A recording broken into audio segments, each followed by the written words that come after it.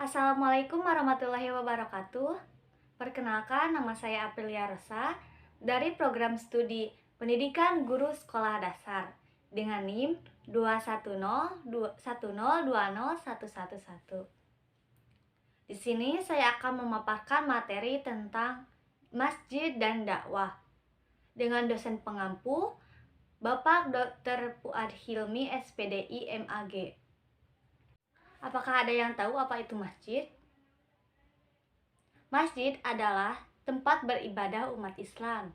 Bisa juga dipergunakan untuk kepentingan sosial, misalnya sebagai tempat belajar. Masjid berasal dari kata kerja dalam bahasa Arab, yaitu sajadah, yang berarti bersujud. Masjidun apabila jimnya dikasrohkan, maka berarti tempat khusus untuk melaksanakan sholat 5 waktu. Namun, bila jimnya dipatahkan, maka berarti tempat bersujudnya dahi. Secara bahasa, masjid adalah tempat untuk bersujud. Kemudian maknanya diperluas menjadi bangunan yang dipergunakan oleh kaum muslimin untuk melaksanakan sholat. Imam Muhammad bin Abdullah Ajarkashi rahimahullah menyatakan bahwa kata sujud adalah perbuatan yang paling mulia dalam sholat. Karena kedekatan seseorang dengan Rabbnya, maka nama tempat sholat ini diturunkan dari kata tersebut. Secara istilah, masjid adalah suatu tempat di bumi yang digunakan untuk bersujud kepada Allah Subhanahu wa taala. Berdasarkan hadis Jabir radhiyallahu anhu yang berbunyi, "Dijadikan bumi bagiku sebagai tempat sholat dan sarana bersuci. Maka siapa saja umatku yang mendapat waktu sholat, hendaklah ia sholat." Hadis riwayat Bukhari dan Muslim. Penamaan masjid yaitu yang pertama, sebagai rumah-rumah Allah, sesuai dalam firman-Nya dalam Quran surat Al-Jin ayat 18. Kedua, yaitu tempat yang paling disukai oleh Allah Subhanahu wa taala, Rasul-Nya, dan orang mukmin yang soleh. Sesuai dengan firman-Nya yang berbunyi dari Abu Hurairah radhiyallahu anhu bahwa Rasulullah Shallallahu alaihi wasallam bersabda, "Tempat yang paling dicintai oleh Allah di suatu negeri adalah masjid-masjidnya, dan tempat yang paling dibenci oleh Allah adalah pasar-pasarnya." Hadis riwayat Muslim. Yang ketiga, indikator kebaikan iman. Besarnya keutamaan masjid sehingga pulang perginya seorang muslim untuk menunaikan salat wajib, berzikir, membaca Al-Quran, dan melakukan berbagai amal kebaikan lain di dalamnya menjadi indikator kebaikan imannya. Kemudian dakwah.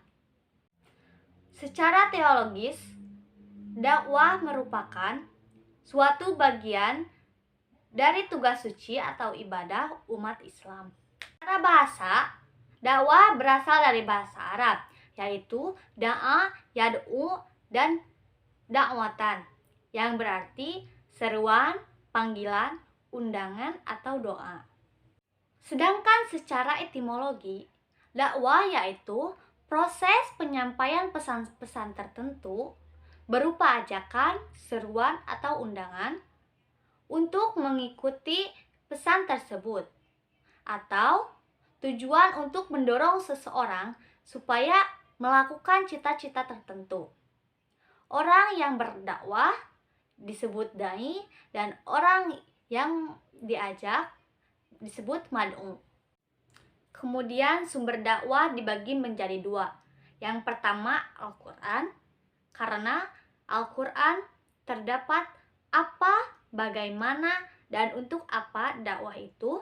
Dan yang kedua Al-Hadis, karena hadis adalah informasi sunnah Nabi yang merupakan penjelasan utama atas Al-Quran.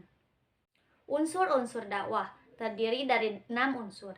Yang pertama subjek atau dai, yang kedua materi yaitu maudu, yang ketiga metode atau uslub, yang keempat media atau wasilah, Yang kelima, objek atau mad'u. Dan yang terakhir, tujuan. Keutamaan dakwah. Yang pertama, meneladani para rasul. Yang kedua, amal yang baik. Yang ketiga, mendapatkan pahala yang besar. Yang keempat, penyelamat dari azab Allah Subhanahu wa taala. Dan yang kelima, jalan menuju khairumah.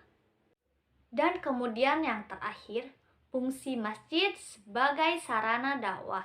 Yang pertama, sebagai pusat pembinaan akidah atau keyakinan umat. Yang kedua, sebagai pusat informasi. Yang ketiga, sebagai pengembangan ilmu pengetahuan dan teknologi.